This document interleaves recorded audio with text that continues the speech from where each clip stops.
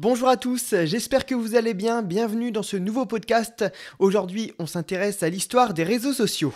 Le premier réseau social a été créé en 1997, il s'agit de 6 Degrees.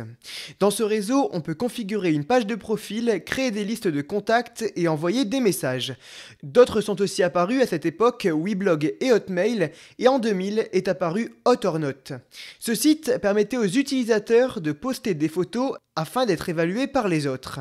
Puis en 2001, naît le premier réseau social professionnel. Il se nomme Rise.com. Malheureusement pour lui, il n'a pas connu un très grand succès.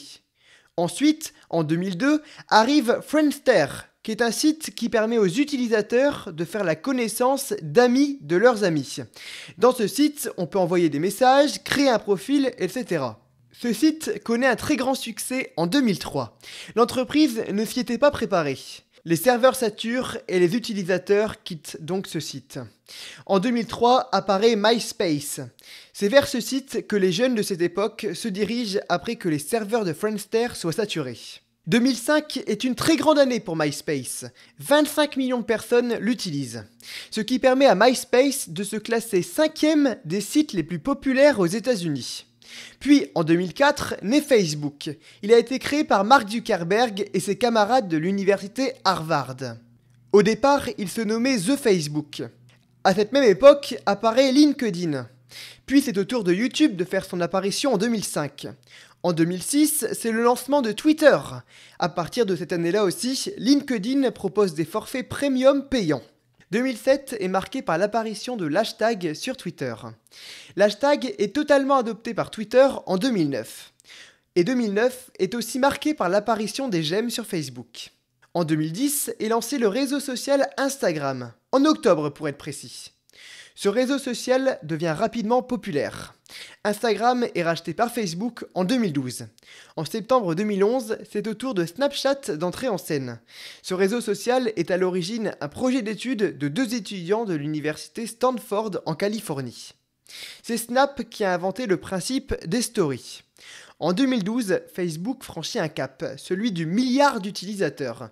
Le fondateur réagit en disant « Merci d'avoir donné à ma petite équipe et à moi-même l'honneur de vous servir. Aider 1 milliard de gens à être en contact est incroyable, cela rend humble et c'est de loin la chose dont je suis le plus fier de ma vie. » En 2015, la concurrence pour le streaming commence. L'application Meerkat est lancée. Ce nouveau service permet de faire des vidéos pour notre compte Twitter en direct.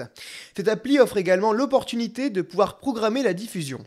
Ensuite, Twitter a lancé en 2015 l'application Periscope qui devient rapidement l'appli préférée pour retransmettre des événements en direct. L'application rencontre un succès, mais pour peu de temps. Et puis en 2016, c'est au tour de Facebook de lancer son service de vidéo qui s'intitule Facebook Live. En 2016, Snapchat crée une nouvelle fonctionnalité qui s'appelle Memories.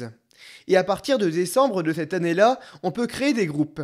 C'est aussi à partir de cette année-là le lancement des stories sur Instagram qui s'inspire de ce qui existe sur Snapchat. Il s'agit de photos et vidéos que les utilisateurs peuvent poster. Elles n'apparaissent seulement durant 24 heures. Sur ces photos et vidéos, on peut y mettre des filtres, des sondages ou encore des hashtags.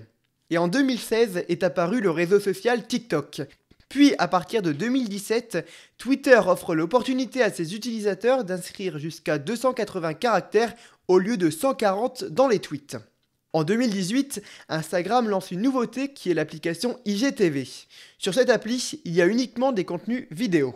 Et pour terminer, en 2021, le réseau social chinois TikTok franchit le même cap que Facebook en 2012, c'est-à-dire le cap de 1 milliard d'utilisateurs. Actuellement en France, plus de 52 millions de personnes utilisent de manière active les réseaux sociaux et ils y passent en moyenne 1h46 par jour. Merci beaucoup d'avoir écouté ce podcast, on se retrouve très vite les amis, à bientôt!